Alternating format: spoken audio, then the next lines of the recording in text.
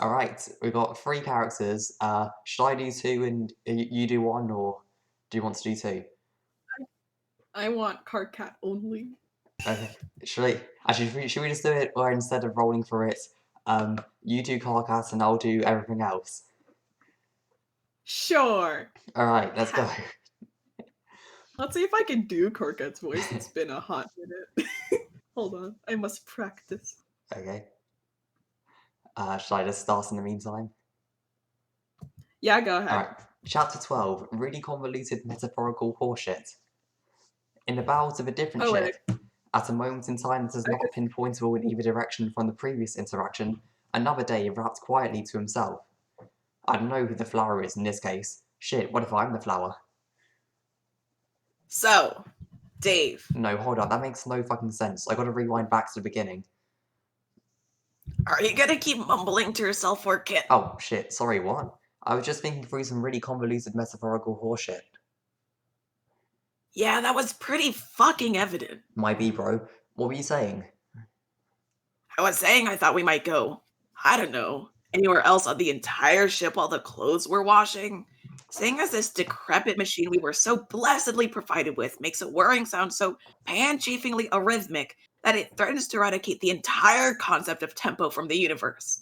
And yet somehow, basically all that has happened since we started the load is that you've been using as a fucked up beat to whisper to yourself about flowers to. As you At this do. point, I'm either going to need you to speak up or follow me the fuck on out of here because this is excruciating. Okay, fine, I'll do the first one. Great. Turn up the flower talk volume. So, Kanai was telling me this kid story the other day about this dude who didn't cherish a flower enough until it pieced out to do flower stuff. I don't know, it's not pertinent to the story, except the flower was a person, because it was a metaphor. Yeah, like you said. Really convoluted metaphorical Convoluted horseshit. metaphorical horseshit. Yeah. Anyway, what goes down in the story is that once the flower lady is out of the picture, the main character goes around making all these connections between her and everything else in the universe until every damn thing feels like a symbol for how much she fucked up and how much she will never see her again. This seems pretty fucking intense for a kid's story. Yeah, that's pretty much what I said, but I guess it's not so much what the story was technically textually about, but more like the version of it Kanaya internalized and then told me when we were talking about how she misses Rose. So like, now I'm taking the story she told me she was projecting her feelings onto, and projecting my feelings on top of that. This is just one big game of emotional projection telephone, so feel free to go paraphrase it to Roxy later and make it about whatever fucking thing you're currently missing. Your ability to get to the point. Got him. Anyway, you're not gonna have to miss that skill of mine for long. Get ready for this shit, because I am about to slap you with the point so hard you'll fall ass first into the washer, just scrambling around in there getting all sudsy. But your brain is gonna be so blasted from the mind freak of a point I'm about to make that there won't be anything left to clean.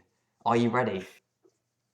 The Karkat, you haven't made any kind of comment about how you're ready in a few seconds, so...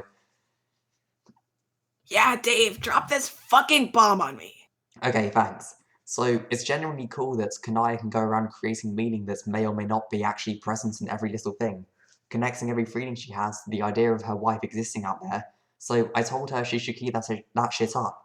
But I'm having the opposite issue where I'm struggling to find anything to be that kind of tether, because every single thing I could possibly consider about what it is we're doing just reminds me of yet another thing to be afraid about. So, if you were looking for a more concentrated point, the real point, that's that point simmered in its own juices into a perfect point reduction, here it is.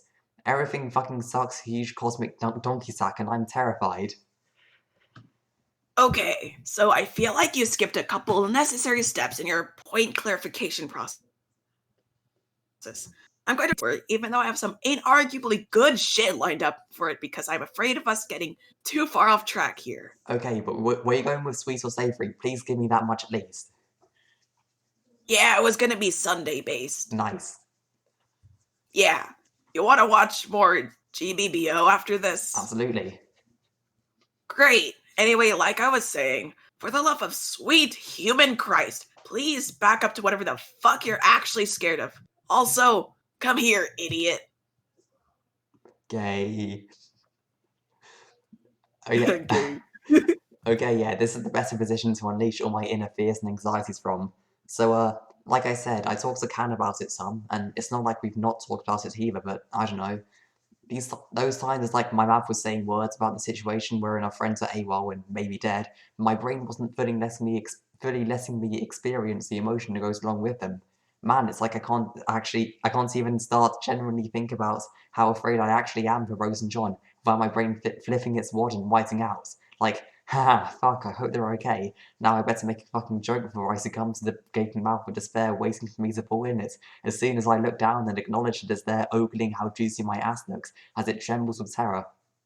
And then if I think about either of them, then it's only a matter of time till I have to think about Dirk too. It's an if you give a mouse a cookie situation, but instead of more snacks, it's just another layer of fear about my loved ones. And with Dirk, it's, whew, I guess I'm just fucked up about how to worry about Dirk and be angry at him at the same time.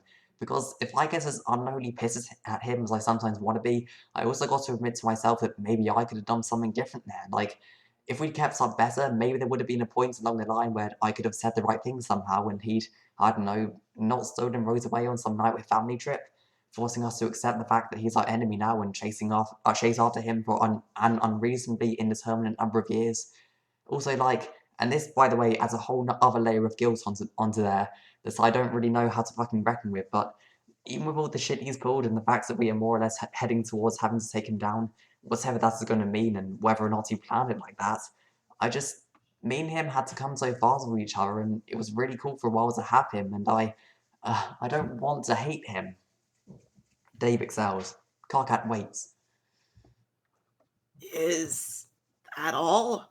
I'm poised on the precipice of reassurance with my counter rant locked and loaded, but feels like you've got more shit you're holding back on. Yeah, I got another thing. Well, then quit fucking picking at the seam on my shorts and spit it out. They're barely hanging on to the definition of shorts as it is. Okay, fuck, it's just the parts I mentioned before about how we really have no goddamn clue how long this trip is even going to take. I can't help but feel it's barely getting revved up. And for me, and Roxy, and Jade, and Callie, and Can, that's normal shit at best and boring at worst. But we all have our immortality to thank for that. We can just dig around in space for near eternity, waiting to catch up to our friends who may or may not be our enemies now, and it'll be fine. I mean, no, it'll be categorically miserable, but we'll survive it. Hold the fuck on. But you... Dave. No, let me say this. We don't talk about it much, and I got shit to say about it. It's not like I never thought about how you're mortal before, but I just thought we'd be able to figure it out before it mattered, come up with some kind of plan. And I was just distracted being happy for you, I fucking guess. And so I didn't think of a way to fix it. And now, thanks to Dirk, we have to work it out right the fuck now, because I can't spend this trip just sitting around watching you get old and die. Aww. Dave, grapple with the clean, socky consequences of the passage of time. Ding. Oh, fuck. Okay, one sec. Okay, so I was with you for a while there, but I have to lodge a stern, absolutely fucking nope on that last part, dude. First of all... I'm totally ready to hear you out on this one, but can you, like, move your fucking legs? Oh, yeah. No problem. Sorry, man. Yeah, no worries. That's a big old ball, bro. Okay, go on. Okay, so like I was saying, I get you on the first part. It's not like I'm new to the particular moon beast wrangling event of someone I previously loved brutally turning on me and leaving me to try and cram my feelings about the situation back together all on my own. That is unequivocally a fucked up and complicated emotional place to find yourself in. But I don't think you need to be over there making it more difficult by blaming yourself for the fact that the emotions themselves are hard to pin down. I'm not saying we handled everything, or really most things on Earthsea perfectly. But also, you did not single-handedly put Dirk's poofy shorts-in ass on the ship. He did that on his own, and we made the choice to go after him on our own. Okay, now onto the part I take some major fucking offense to. I was following your little trail of cookie crumbs fears until it led to the big snack finale of worry about my fragile mortal meat sack. If I have somehow not been clear about this with you yet, let me go ahead and rectify the situation right the fuck now. Hanging out with you on this long trip to who the shitting fuck knows where is quite literally the happiest I have ever been in my entire meager existence. I'm so absolutely blessed the fuck out of my mind to be able to look at your stupid, immortally smooth human face skin every day and not have a complex about it. Smooth Look Dave. at me, Dave. I'm safe. Yeah, okay, it's nowhere near perfect, you're right. I'll be straight with you. It's not like I haven't been experiencing some complicated guilt myself.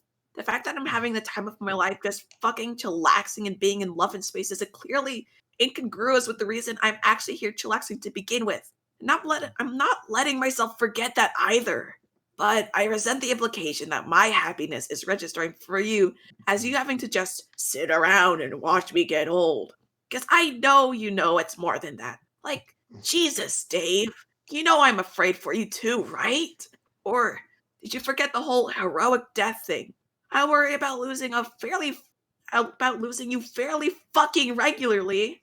So I'm not saying stop being afraid, because clearly this is a situation that necessitates a reasonable amount of fear. But I'm not the only one needing to be fucking worried about here. It's like this. One, we've been through so much hellacious pan warping trauma that I refuse to not enjoy this shit when I finally fucking get it, no matter how long it may or may not last. Two, it's not like we're doing nothing. We're moving, we're working, we're headed specifically to a place where we'll undoubtedly endure yet more fucking hellacious pan warping trauma. And three, we're doing that because we have friends who we care about that need us. That is our focus here, not our fear. It's about the people we have to save. So don't fucking worry about me, Dave. I'm fine. Dave is still afraid. There is part of him that will always be, he thinks. He has accepted this about himself. There is another feeling coursing through him too, though. It's something he's felt before, though never quite so intensely. He looks up at Karkat and understands, viscerally, the simple power his words have. They pump through Dave's own body, alive and warm and true. He wonders if Karkat realizes it, or if he's just, as always, saying what he feels as he feels it. Dave doesn't attempt to dissect it further.